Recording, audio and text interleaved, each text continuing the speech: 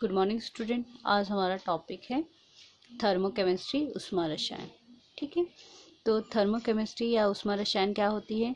It is a branch of chemistry which is concerned with the heat change associated with the chemical reaction. यानी ऊष्मा रसायन भौतिक रसायन की वह शाखा या वह ब्रांच होती है जिसमें हम रासायनिक अभिक्रिया में होने वाले ऊष्मीय परिवर्तन, ठीक है, ऊष्मीय परिवर्तन का अध्ययन करते हैं। ठीक है, हीट चेंज क्या होता है? हमें पता है हीट कैसी क्वांटिटी है, एक इनडेफिनिट क्वांटिटी है, यानी वो पाथ फंक्शन है, वो पाथ पे डिपेंड करती है।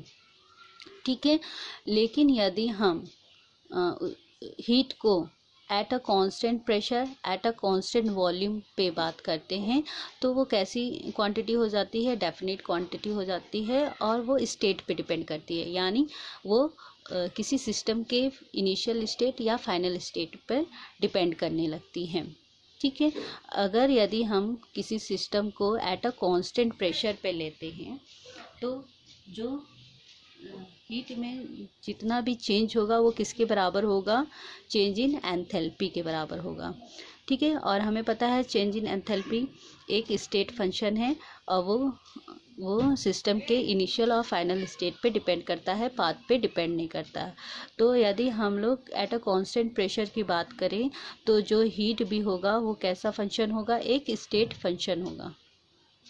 इसी तरह अगर हमारा system at a constant volume पे है, यानी स्थिर आयतन पे है, तो जो भी सिस्टम में हीट का एक्सचेंज होगा वो किसके बराबर होगा? चेंज इन इंटरनल एनर्जी के बराबर होगा। और हमें पता है कि चेंज इन इंटरनल एनर्जी भी एक स्टेट फंक्शन है, यानी ये भी इनिशियल स्टेट और फाइनल, सिस्टम के इनिशियल स्टेट और फाइनल स्टेट पे डिपेंड करेगा, ना कि पाथ पे डिपेंड करेगा। तो एट अ कांस्टेंट वॉल्यूम पे हीट की बात करें तो हीट भी हमारा कैसा फंक्शन होगा? एक पाथ फंक्शन होगा। ठीक है, और किसी रिएक्शन में हीट चेंज बहुत तरह से होते हैं। ठीक है, तो हीट ऑफ रिएक्शन क्या होते हैं कि बहुत सारे टाइप्स होते हैं और वो किस पे डिपेंड करते हैं?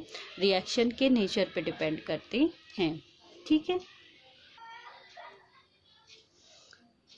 जैसे कि यदि कोई जलने की क्रिया में उत्पन्न होने वाली ऊष्मा को दहन की एंथैल्पी या एंथैल्पी और कंब्यूशन कहते हैं। इसी तरह किसी रिएक्शन में कोई नया यौगिक या कंपाउंड का फॉर्मेशन होता है तो उसकी एंथैल्पी को फॉर्मेशन ऑफ एंथैल्पी कहते हैं। इसी तरह अगर हमारा रिएक्शन अगर एसिड बेस रिएक्शन कराते हैं तो उसमें क्या होता है? उदासीन बनते हैं, तो इसीलिए उसकी एंथैल्पी को न्यूट्रलाइजेशन की एंथैल्पी कहते हैं। तो heat of exchange, heat change बहुत सारे टाइप्स के होते हैं और वो किस पे डिपेंड करते हैं?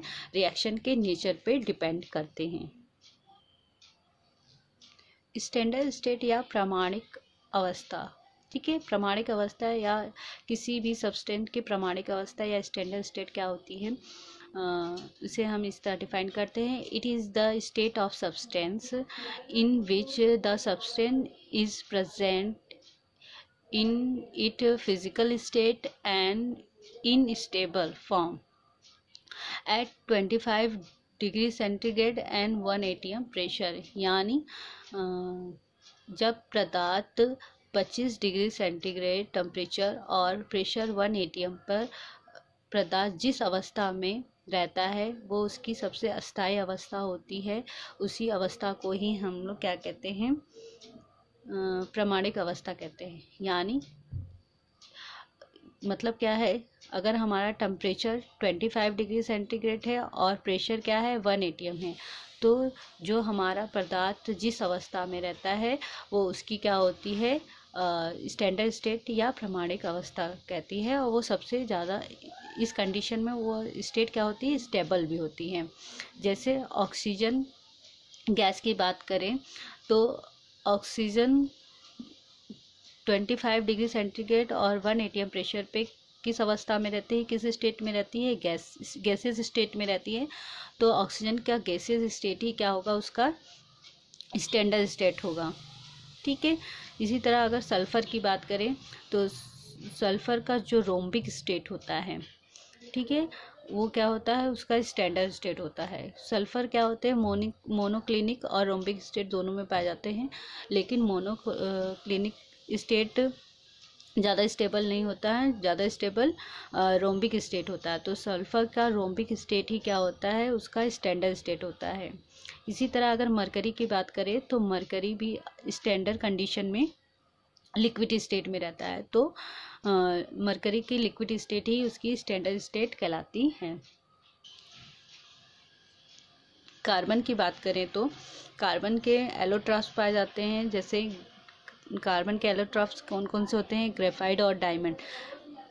लेकिन जो ग्रेफाइट होता है वो थर्मोडायनेमिकली ज़्यादा स्टेबल होता है एज़ कम्पेयर टू डायमंड। तो कार्बन के ग्रेफाइट फॉर्म ही उसका स्टैंडर्ड फॉर्म होता है, ठीक है।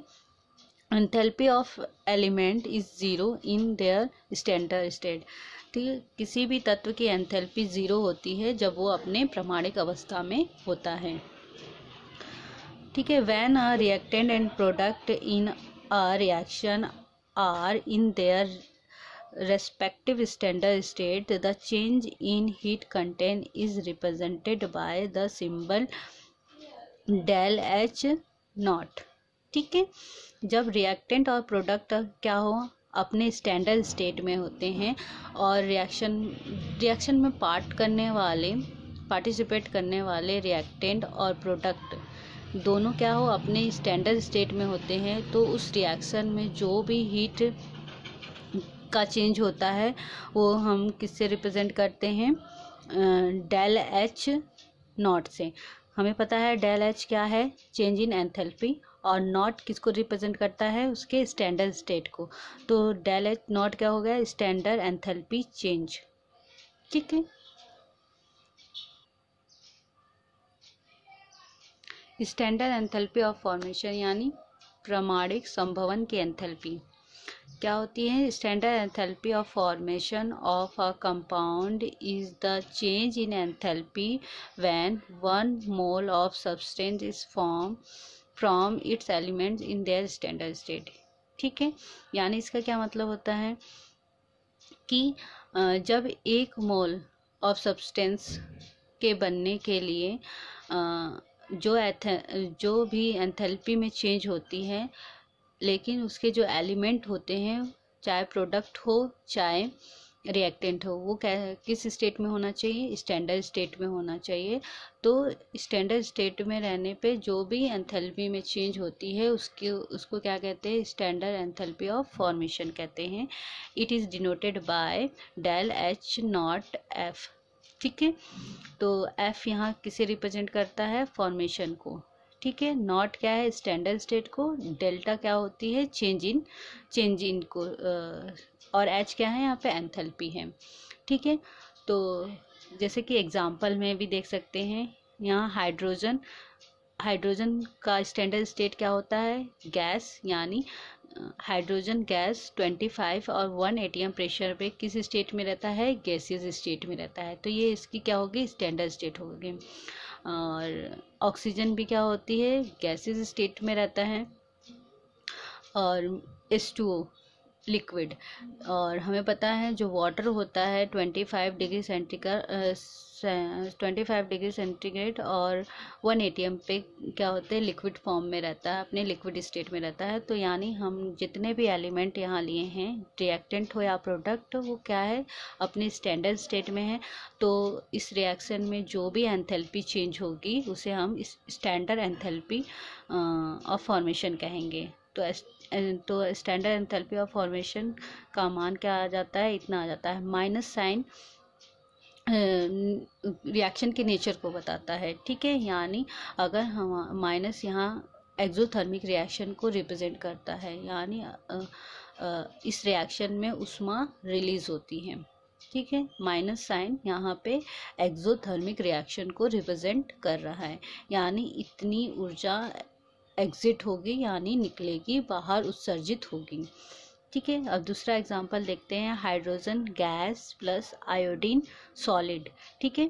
यानी आयोडीन स्टैंडर्ड स्टेट में सॉलिड फॉर्म में रहता है और मिलके क्या बनाती है, हाइड्रोजन आयोडाइड, और स्टैंडर्ड स्टेट में वो गैसेस फॉर्म में रहता है, और इसकी change in standard enthalpy of formation क्या होती है, 11.93 किलो कैलोरी होती है।